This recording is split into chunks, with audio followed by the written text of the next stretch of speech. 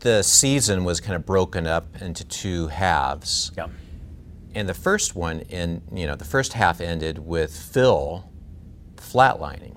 Yes. I mean, just in this emergency operation, And then the second half of the season picked up, and there was no Phil. I mean, it was just Jason Sudeikis and this guy on a boat.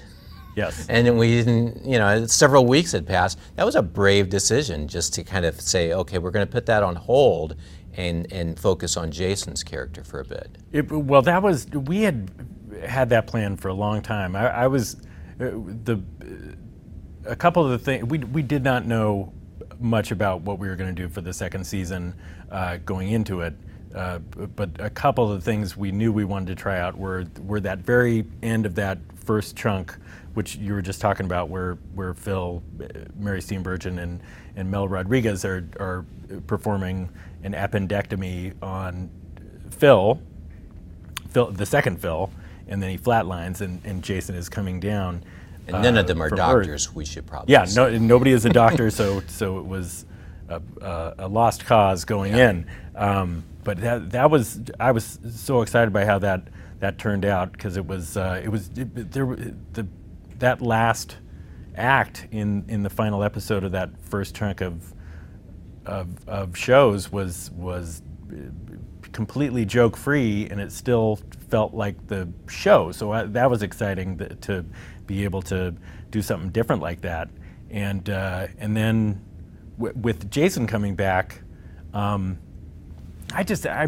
whole reason we did the show was that fascination with what it would be like for people to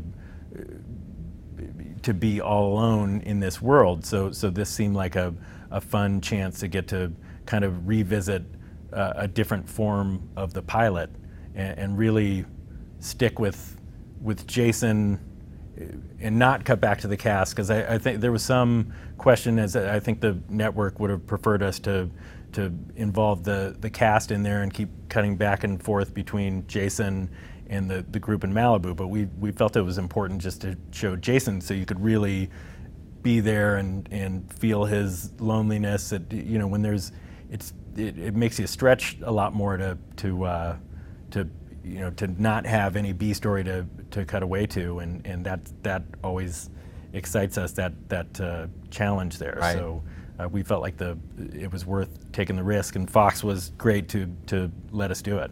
And you had the time to kind of meet Jason's character, Yeah. and have it be sort of. I mean, how did he find you guys?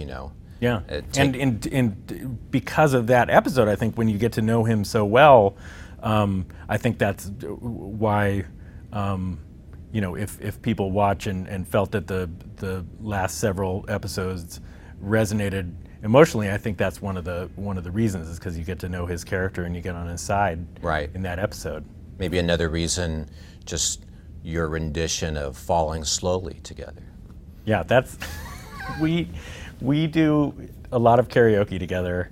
A lot of times, that sounds like when I say that, people probably think that means we go out in big groups.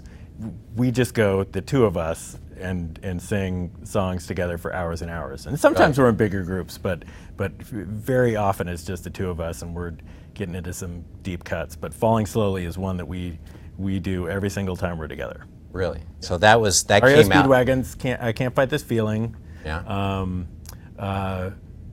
Always and Forever, that one. Those are kind of the three main ones. So slow jams is your specialty. Oh yeah, slow jams. You guys don't do any kind of upbeat, more Welcome to the Jungle, kind of. I feel like Guns N' Roses. I don't know. I'm trying to think of. No. I mean, every once in a while we'll do some Beatles. We'll flip around, do different things, but I think we really like the very the heavier, slower songs. So no wonder you guys sounded so good. You had a lot of practice leading up to We had so much practice. We did, but we also had the ability to pick the best takes too. So we are well practiced, but far from perfect.